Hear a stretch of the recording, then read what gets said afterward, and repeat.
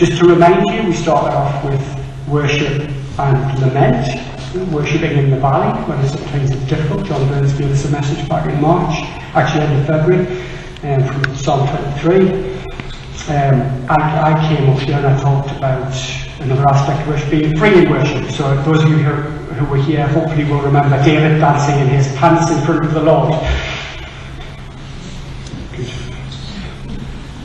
We're called this morning. You're going to take part this morning. You've got some work to do. We're going to do some theology in this today, so hopefully we can warm up a little bit. And then John followed up, after our course note off, John followed up talking about how worship, we engage with God and God transforms us through worship. But it did strike me that coming to the end of a series on worship, we've not really examined what worship is. You know, when you examine something, you ask those direct questions. Who, what, why, where, when, how. 5 points on a rugby post. That's how it was always taught to me in the management classes. So we've not really done that. So today we're going to spend a little bit of time thinking about the what, why, how, when you really want to dig into it, the subject and the fundamentals of the subject. So that's what I'm going to ask you to do at the start of this. We're going to have a conversation, hopefully. And I'm going to ask you 2 questions. First of all, what is worship? And then we're going to touch on why do we worship. You're going to do the work, so I'm going to let you think about that for a minute.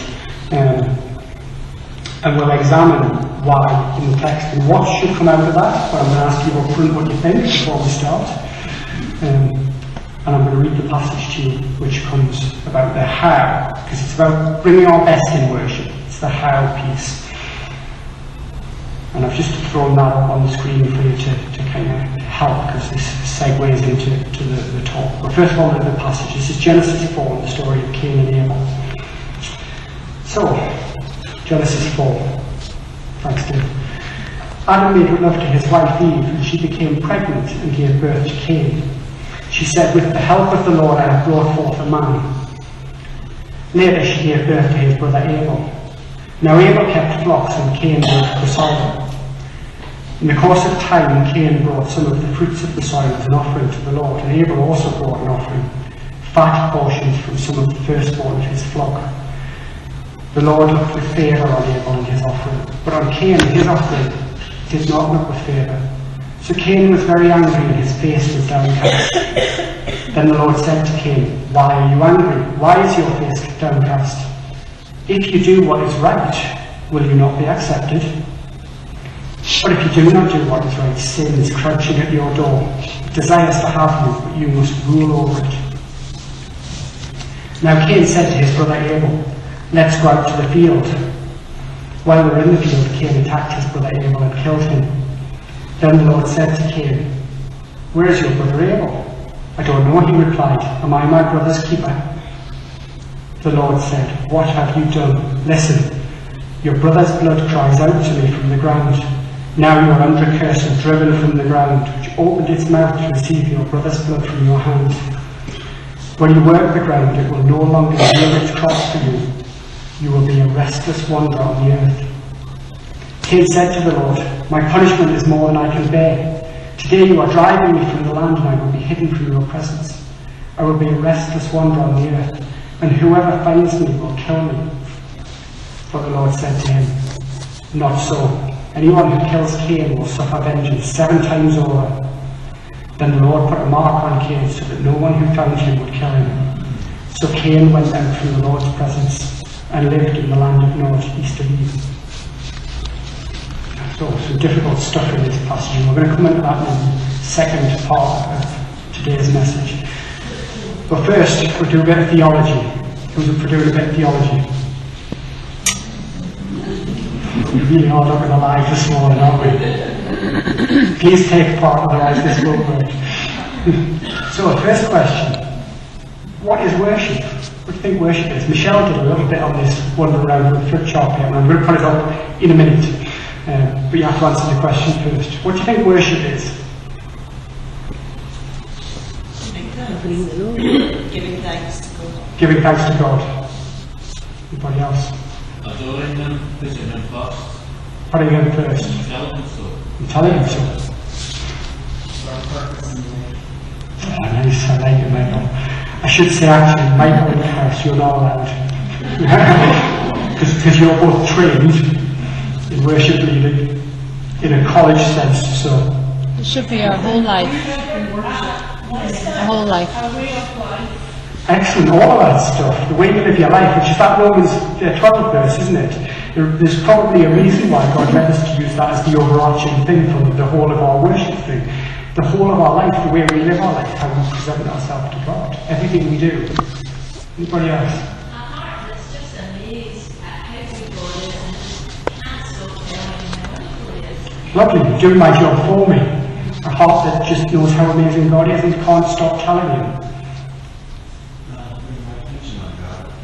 Yeah, putting your attention on God, focusing in the right direction. Okay, let's move on from that. Why do we worship? We're going to examine this in a minute. I'm going to try and dig into this. But I think God has put it in, whether we know or we don't know it, we were designed for worship. We created us. And I think whether we worship Michael Jackson or we worship no God, we will worship something. because we were designed for worship. Because He made us that way. That's good, because we're going to talk about creation in a minute. Anything else? Why do we worship? He's great. Because He's great. Sorry, Margaret. Because He's worthy. Lovely. Dave, can you throw that first slide up, please? I don't know how well you can see this. Michelle went around with the flip chart. This was for some stuff with kids about 2 weeks ago. You can see I've redacted a little bit at the top. That's what that blue square is. Because that was my official answer, which comes later on. There's some lovely stuff in there which reflects what He's saying. It's about love and life and praise and saying thank you and various things, being God-centered and so on. We're just going to leave that up there while we think about it. Because when we think about the subject of why we worship, Graham Tomlin, who's I never quite know what his official title is. He's in charge of Saves the Likeness, isn't he? He was in charge of St. License College in London and he's now Bishop of Kensington. So he's the Bishop of Kensington now, I didn't know that. So he says, in order to properly understand why we worship, we have to understand a little bit about our place in the universe. So a good or helpful place to start is to look at creation. So what we're going to do is we're just going to follow Graham Tomlin's logic for a little while, thinking about creation and why we worship. And the Bible obviously has got a lot to say about creation. I think it's easy to tend towards the start of Genesis when we think about creation, but actually there's a whole lot more about creation, shot throughout the whole of the Bible. The whole of it, right to the end really, and all through the New Testament as well as the Old Testament. So here's a couple of examples that aren't necessarily from the start of Genesis. In Isaiah, you hear the prophet calling out to the people of Israel, calling them back to worship God, because He's not just any God. He's not like the gods with a small g, the pagan gods that the people are surrounded with. He's not just an object, but He's the real living creator God. And Isaiah constantly, throughout the book of his prophecy, calls the people back to worship the creator God. And so Isaiah touches on creation, or actually really concentrates on creation, because God is the maker of all things. Other examples, we find numerous examples in the Psalms. John, could you just take me down a bit? It's really echoey. Thank you. You find it in the Psalms.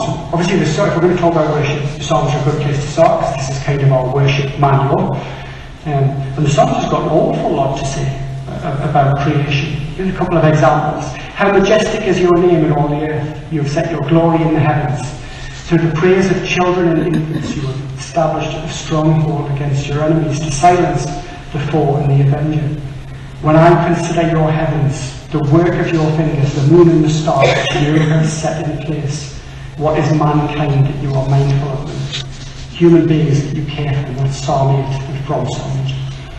Here's another one. The heavens declare the glory of God. The skies proclaim the work of His hands.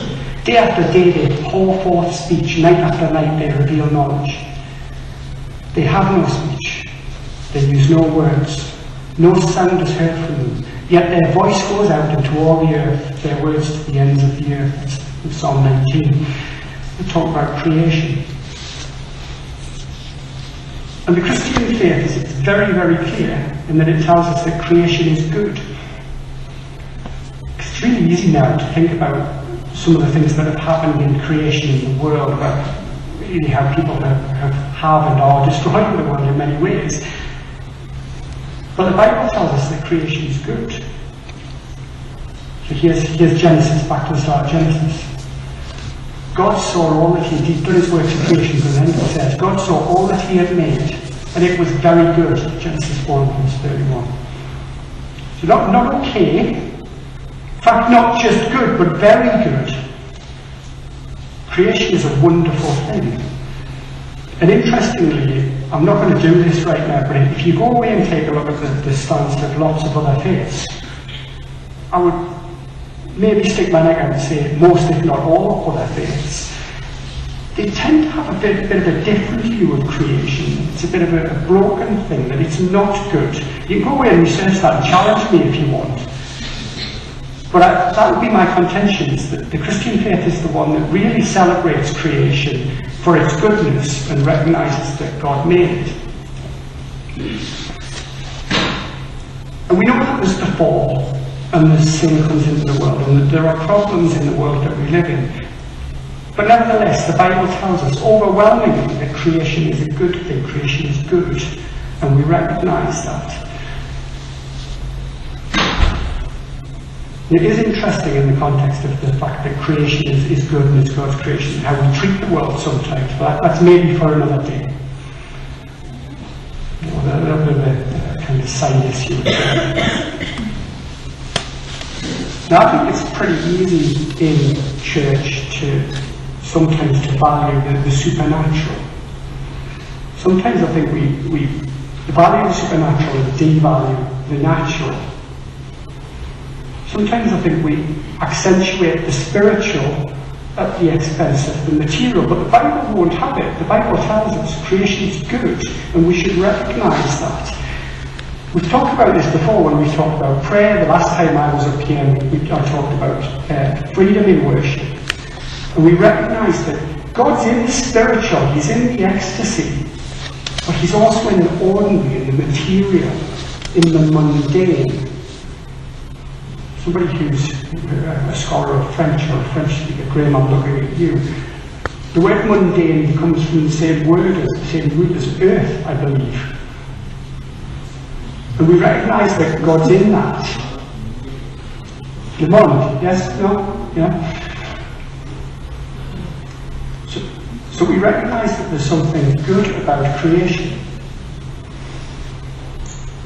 And we've spoken about praying big prayers that are beyond our wildest expectations, but also recognising that God's in the nitty-gritty, in the everyday, in the ordinary of what we do. And sometimes it's in the ordinary every day that's how we experience his presence. If we just look for him, if we can just go beyond saying, well, it's ordinary, because the ordinary is actually extraordinary, because God's in it. So that's the first thing. The world is good, creation is good, and we can see God in both the ecstasy and the spiritual, in the ordinary and the mundane. But here's the second thing. The Bible tells us that the world is holy. It is sacred. It's holy and sacred because God made it. Why did he make it? Well, he made it to worship him. We can see in some of these passages which has been reading in lots of other places in the Bible. Because he made it as an expression of his goodness and his nature. When God chose to reveal himself to the world, he made the world, he made a creation. Dave, can we go to the next slide? Here's a parallel for you to think about how we see God, how we might see God in creation. So this is a painting by, this is a local painter to near to where I grew up. This is a shot of Tynemouth Beach. And that's the ruined priory, Tynemouth Priory. That's where I proposed to Alison, the ruined priory there. She's not here, so I can't say what I was going to say about my wedding anniversary today and her putting up with me for 18 years. But that's the priory, where we had our wedding reception just across the road, on this side, the way I look at the picture. Now, the guy who painted this is a guy called Ivan Lindsay. He's quite well known in the northeast of England. It does lots of shots of Northumberland and the northeast. Beautiful paintings. And I picked this just because the Priory means something to me personally, but it's a beautiful painting. And when we look at a painting like this, or another painting, whatever does it for you, a Canalette or a Monet or a Rembrandt or whoever it is, I've chosen the classics because they're the ones people tend to know.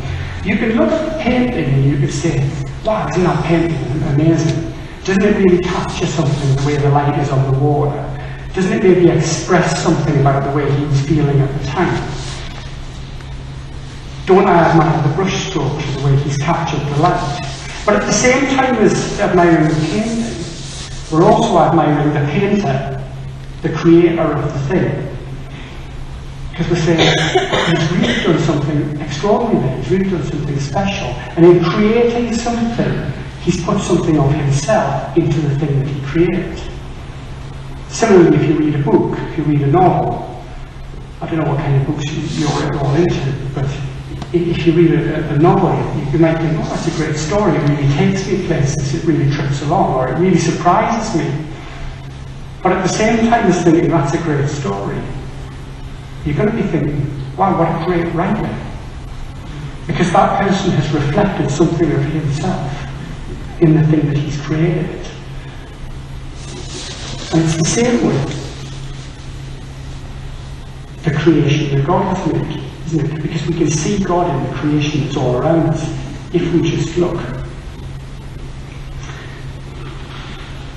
Because the thing itself reflects the person who created it. Okay, we have the next slide. Here's some of God's creation. And how awesome is that? A little bit of man's creation in there, because it's got the lights, is because it's a long exposure, so that's what the cars going through the mountains. But look, that's just a photograph. It's beautiful. Look at God's creation, isn't it amazing? And it really helps to contextualize when we read in songs. We look at a picture like that. It's just a photograph. He's got a guy who takes photos, mainly in Scotland, a guy called Morton Hansen. I recommend going to his website a couple of years, but it's just beautiful stuff. A lot of it's a bit like this, where it really captures the wonder of creation. And we read something alongside this, like Psalm 19, the heavens declare the glory of God, the skies proclaim the work of his hands. We can really see that when we look at something like this in God's creation. Scotland's a great place to get that context about how good creation is and how good God is through his creation, how it reflects him. Creation is good, it's sacred, it belongs to God. And it was made to display his goodness and his glory. And as such, it's holy. It's created by God, and as such, it's capable of expressing and reflecting back the glory of God. It's too much deeper than being just good, because it reflects the very nature of its creator, God himself. Are you with me? Yeah? Good. How did it do that? How does creation worship God? Because this says about it pours forth speech, does it? I mean, it can't actually, can it? It goes on to reflect, it doesn't actually use words. Nevertheless, it reflects the glory of God and it speaks out. Well, things do that by being themselves. Creation reflects the glory of God simply by being itself, by being creation. So if we were to take it to the extremes and think about, how does a tree reflect the glory of God? How does a cow reflect the glory of God? How does the mountain reflect the glory of God? Well, they do that by being a good tree, the very best tree that they can be, being the tree that they've been made to be, by being the very best cow, the very best mountain. Just simply by being exactly what they've been made to be, in the best form that they can be. Thomas Aquinas said, the excellence of a thing glorifies God. When a thing reflects what it was made to be, it glorifies God. So here's that definition, one that I redacted. This is Graham Tomlin. Worship is created things reflecting back to God the glory that he deserves.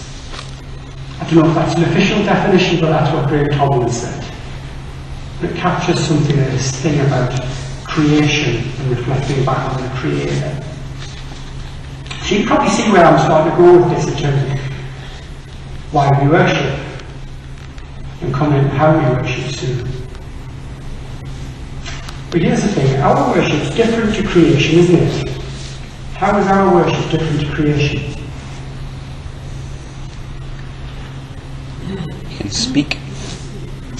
Speak. So I'm off this afternoon. Some of you will know that my eldest daughter is learning to play the clarinet. Where she learns to play the clarinet, they also make them sing. They make the instrumentalists sing. And they do it for a number of reasons. Part of it is that because when they teach you to sing, the music teaches you to listen well, which is a very good skill for an instrumentalist. But I'm off later to having the big choral thing for where it is that she learns, and the different choirs are going to do their performance this afternoon. And I'm pretty certain that the guy who runs it will make his usual speech about why they make the kids sing. Michael will know some of this stuff. And he says there are three things that are different when you sing and when you play an instrument. First is that there's no instrument to hide behind. What you're doing is you're putting a bit of yourself out there. So while I'm doing this, by the way, you should be thinking about the parallels and how to worship God. So there's nothing to hide behind. The second thing is that the thing that's making the noise is not another thing, it's the person themselves. So they're giving a bit of themselves to the people that they're performing to in a choir. And the third thing is what you all picked up. There are words. The noise that you make may just be a noise, but it may be actual words. And that's something that makes the way that we worship different to the way that something like creation worships. Because we can sing back our thanks, we can sing out, we can praise, we can say thank you.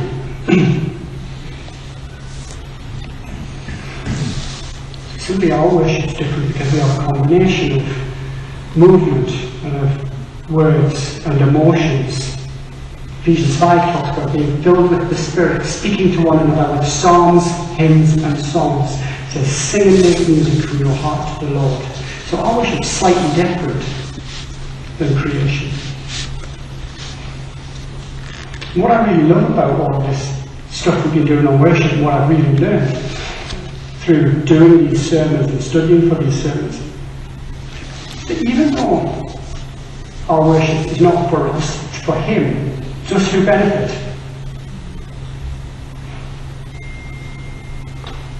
Because human nature is like a mirror, and what we look at, we reflect back. What we concentrate on, we reflect back. We'll come back to that in a minute. Just hold that thought. Dave, next slide, please. So, Craig, what have Cain and Abel got to do with this? This is where we come into the bit about how we worship, how we bring our best. The story of Cain and Abel. This is, in many ways, a quite difficult story in the Bible. Quite a difficult, complex passage, and we're probably only going to really scratch the surface of this. We're only really going to look at the start of this. Because there's some interesting stuff about the results of what happens through what Cain did or didn't do, as the case may be. That comes later on in the passage, and you see actually later on in the Bible as well. But we're only going to concentrate on that in the first part of the story. It's interesting, it's important to hear the whole of that passage, but we're only really going to concentrate on the first few verses. So I'm going to try and pull out a couple of key points. So firstly, Cain and Abel are working. They're both working. Abel kept flocks and Cain worked the soil. So work's established really early on in the Bible as a thing that's a normal thing, and a thing through which we might give back sacrifice to God. You see that in the next couple of verses. We know that Cain's the older brother because it tells us so. As Abel, he gave birth to Cain, and later she gave birth to Abel. Some scholars say that they were twins, but it's hard to tell.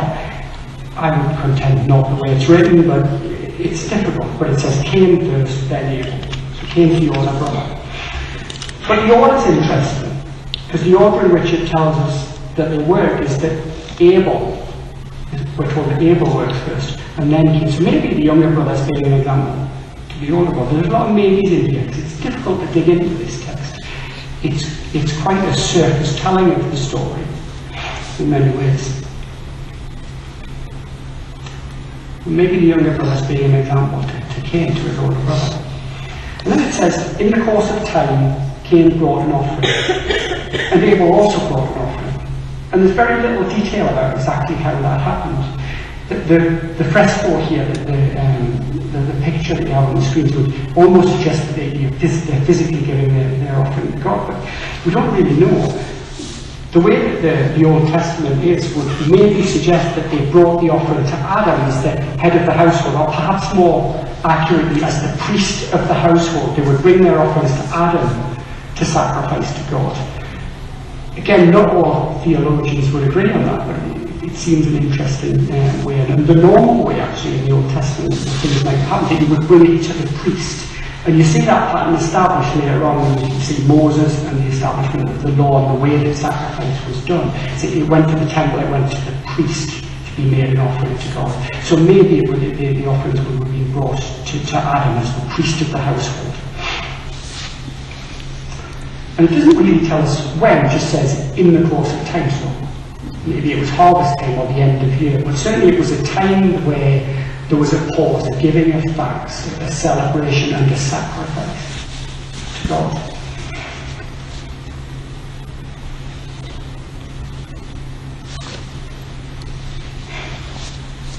But it is interesting that the passage very early in the Bible establishes this idea of offering the sacrifice to God as a form of worship, taking a pause and giving something back to God, consciously making a choice. Remember, this is before the law and before what we would probably see as the complex system of sacrifices that you see later on in the Old Testament and set out through Moses and so on and so forth about the various blood offerings and grain offerings and so on, oil offerings and whatever. Nevertheless, there is a time and a pause, and it reflects on this idea of sacrifice and giving back to God. It's possible that Cain and Abel are simply following the example of their parents, but we don't know because it's not made clear. And it certainly does establish the idea of giving a proportion. It talks about giving some of the fruits of the field and some of the flock, which is for us very pertinent given that John's been teaching on our giving recently. I did wonder when we were pushing back this sermon, whether maybe there's something in that, the timing of this is to reflect on that, to come back to the fact that our giving is part of our worship. I'm not going to hammer that home today because John's doing a great job going through the material that we have around our giving. But worthy of thought. And I do think it's interesting that when it comes to the offering, the order is the inverse of before. We're told before that Abel worked and Cain worked, but here we're told that Cain brought an offering and Abel brought an offering. It's the other way around.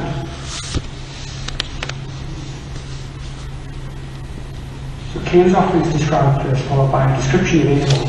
And he says, but the Lord looked with favour, not just on Abel's offering, but on Abel himself. Whereas on Cain and his offering, he did not look with favour. So not just on the thing, but on the person who brought it. And you've got to wonder why the difference in God's reaction.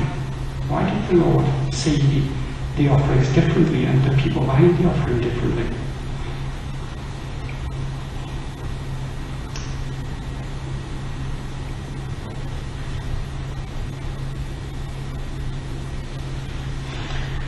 I wonder if we take that thought about the offerings coming to Adam. Clearly Adam, if that was the case, clearly Adam accepted the offerings and they went forward to God. So I do wonder about the difference in the offerings. Adam obviously didn't, if that's the case, Adam obviously didn't see the difference himself. I wonder whether we would, as standards by, would we be able to tell the difference between the offerings themselves, just on the surface? Do we as human beings have the capability to look into that and to understand what's a good offering to God and what's a bad offering to God? Do we look at the same things that God looks at? We know the answer to that's probably no. And we would assume that was the case with Adam here, if indeed that's how the offerings were given. Now, this is a very familiar story, I think, if you've been around church at all. But interestingly, I hadn't really spotted this before. Again, studying this to come into now. The assumption that I had always made, even though I've heard this story, I don't know how many times, the assumption I always made was that Abel brought an offering and Cain didn't, and that was why the Lord was angry. But that's not the case. They both brought an offering, they both brought a sacrifice of sons. The truth is that Cain's offering wasn't good enough. It wasn't that there wasn't an offering, it's that his offering wasn't good enough. And I think there's something in there for us as well. So what was it? What was different? Was it the offering itself? Maybe its quantity or its quality? Was it the manner in which it was given? Was it the heart behind it? Was it both of those things? What the difference is? The language used certainly hints at the difference in the quality basis. Cain brought some of the fruits of the soil, whereas Abel's offering is described. It's described much more favourably as the fat portions of the firstborn of his flock. Emphasis 9. Fat portions versus soil. But the implication is that it goes much deeper in that. It's not just about the offering itself, it's about the heart behind it. It's about the way in which it was done. That's the implication in the text. So there was a difference in the physical offerings that were made. We could see that from the text. But more importantly, it seems that there was a difference in how they were given. Psalm 11 tells us that the Lord is righteous. He loves righteousness, and his countenance beholds the upright. Or maybe, depending on which version of the Bible you look at, the upright behold his countenance. And in Matthew 23, Abel's called righteous Abel. So it's saying something, Matthew 23 is saying something about the character of Abel. He's seen as righteous. And if we link that back to the Lord seeing righteousness, and people who are righteous seeing the Lord, then maybe that's telling us something about Cain himself and the way he went about giving his offering. Something about attitude. Abel gave in faith with an eye on God and to God's will and God's rule, and to God's glory, in dependence on him. Cain, on the other hand, appears to have given for the sake of company or to save face or gain credit because it's socially acceptable, not in faith but for the sake of religion in Cain's case. And I wonder what that tells us about how we come to God. If we have the next slide, please. Just pre-warning, this is the build one. So this is something just to think about what our attitude is. It's about posture. I quite often ask myself, what's my posture as a preacher when I'm giving a sermon? Because I said at the start of this, my want is to encourage. We're in New Testament times. Jesus has died for us and we're all saved or have the potential to be saved if we make that choice. We're in a time of encouragement. I don't want to reprimand.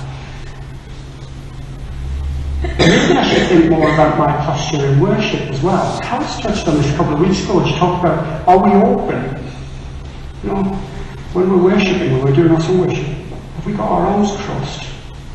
Or are we prepared to uncross our arms and open ourselves up? Have we got our hands in our pockets?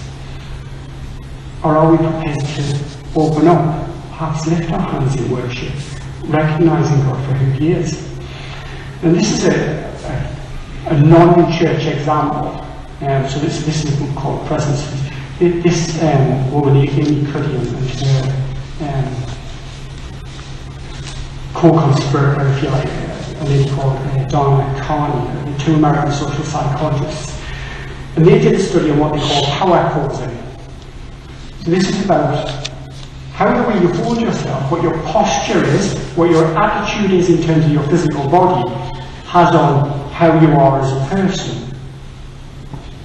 And there's been a little bit of controversy about this, because some of the findings in the original study said that actually how you hold yourself can have an effect to the level of your hormones. So it said that if you power pose for a certain period of time, that it would reduce your stress hormone, cortisol, and it would up your performance hormone, testosterone.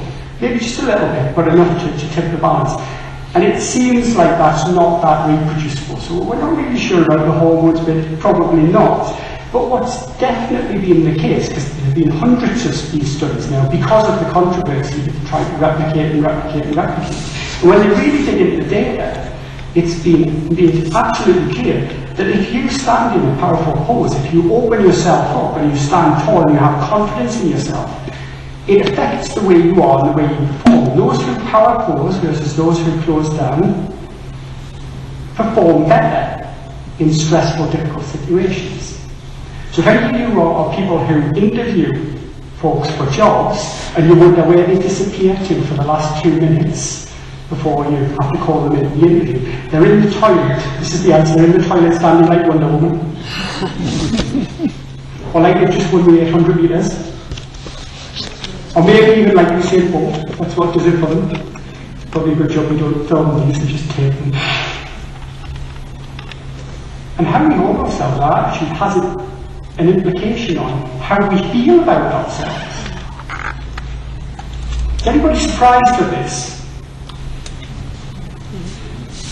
We shouldn't be, should we? The Bible tells us repeatedly that what we look at is how we become. It tells us all the time that the posture that we adopt in our attitude to the world, in our attitude to God, is what we reflect back in multiple places. Paul's letters are shot through with this all the time. Next time you go and read one of Paul's missionary letters, have this in your mind and you'll see it come out. It talks about reflections of God. And the truth is, this is a virtuous cycle. What we focus on is what we reflect. It becomes how we are. And in becoming more like God, we will focus more on God, and therefore we will become even more like God. And Jesus will tell us that we have become the righteousness of God on that journey that we're on. Interestingly, if you look at the missionary letters and you read them in chronological order, you will see this transformation even in the Apostle Paul. If you read them in chronological order, he starts off, in some respects, an arrogant young man, very full of himself. And by the end of it in Romans, he's saying how small he is in comparison to God, but that he trusts God implicitly. And even though he has these troubles of his own, God is lifting him up and he's worshipping God. You see this transformation even in somebody like Paul, who we do tend to put on a pedestal, particularly in this kind of church where we're very about encouragement, we're very New Testament. We tend to have a Pauline philosophy in the way that we go about things. And even in Paul, we can see this change.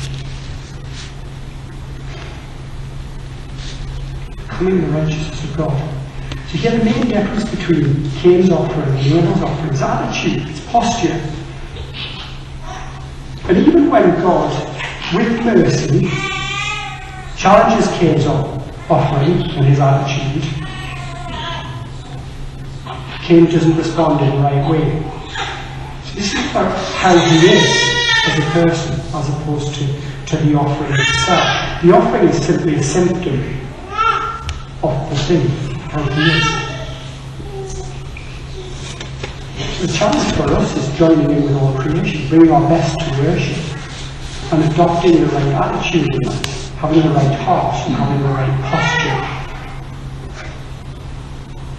And there are times when we really get that wrong, so we talk about how you are in worship, are you open in worship, are giving the time which we've been talking about, coming on time for the start of the service, for example. It's interesting again because I've been a deacon for just coming up to the end of my 4 years. Before I was a deacon, one of my dear friends here, who was a deacon before me, I didn't used to mock him, but almost, about how he felt about whether people were here on time. And he would really struggle with starting the service on time, because when we used to do the notices, he would stand up here and the place is half empty when it's time to start, and it's difficult, because should I start, should I not?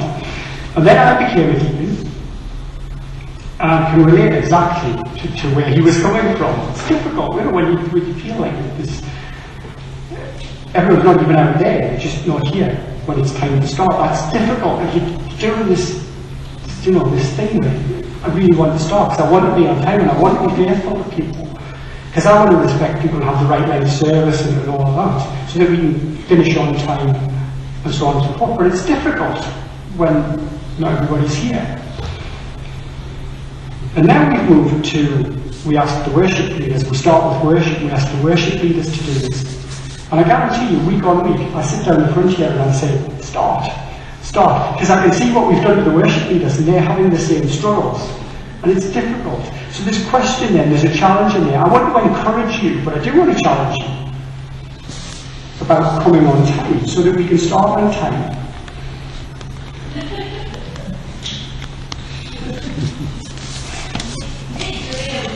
I didn't mock you. I promise. But it is hard. It's hard for you up here. And we want to partner on this. So I'm going to ask you about your posture in this, about getting here on time. Is it respectful? We all have our problems, we all have our issues now and again, but is it respectful week on week if you're not here on time? Folks who lead worship will be here 9 or before 9. Most of the deacons most weeks will be here 9 o'clock-ish, and we go in there and pray for an hour before the service. The folks who are on prayer ministry come in shortly after that and pray for the best part of an hour before the service starts. Are we respecting them, those people who are here to serve us, if we're not here on time? And this is one of the ways, the simple ways, that we can get our attitude wrong and our posture can be wrong in how we're worshipping. But remember, I want to encourage you. I don't want to condemn you. I want you to partner with us and with God in this, to take the right heart. Because all of this goes beyond our song worship. It's all about our giving and how we live our life, as well as anything else. We're challenged, we should be challenged to be like Abel, and not like Cain this. Because we're called financially to give a proportion, but in life to give everything. To give a proportion back to God of the things that He's given to us, like Abel did here, proportion. But in life to give everything, to give the whole of our lives as an act of worship.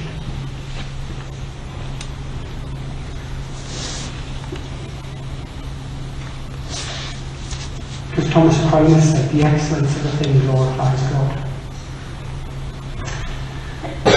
Dave, we have the next slide, please. So I'm going to leave you with a little anecdote. Anybody know who this is?